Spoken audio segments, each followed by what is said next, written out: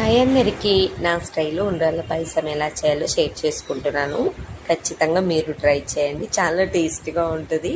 ఇక్కడ 1 cup rice ఫ్లోర్కి first అయితే నేను 1.5 కప్ వాటర్ వేసుకొని ఒక 1 స్పూన్ బెల్లము, తురిమిన కొబ్బరి, పించ్ సాల్ట్ వేసి మంచిగా ప్యాన్ నుండి వేరైపోయేలాగా కుక్ చేసుకున్నాను. అంటే బాయిల్ చేసుకోవాలన్నట్టు. అది చల్లారిపోయినాక ఇలా ఉండ్రాలు కొంచెం పిండితో ఈ విధంగా ఉండ్రాలు చేసుకోండి.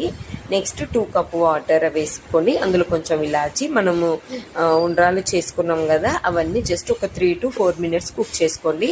అంత పిండి నేనేమి ఉండ్రాలు చేయలేదండి, కాస్త తీసుకొని వాటర్లో ఈ విధంగా మిక్స్ చేసుకున్నాను. సో ఉండ్రాలు ఉడికిపోయిన తర్వాతకి బెల్లం వేసుకొని ఇందాక మనం మిక్స్ చేసుకున్న పిండి, ఎందుకంటే థిక్నెస్ కోసము.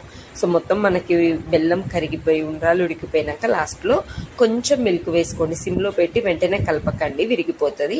సో ఫైనల్గా స్టవ్ ఆఫ్ చేసుకొని కొన్ని డ్రై ఫ్రూట్స్ వేసుకోండి. చాలా టేస్టీగా ఉంటుంది. ఒకసారి మీరు ఖచ్చితంగా ట్రై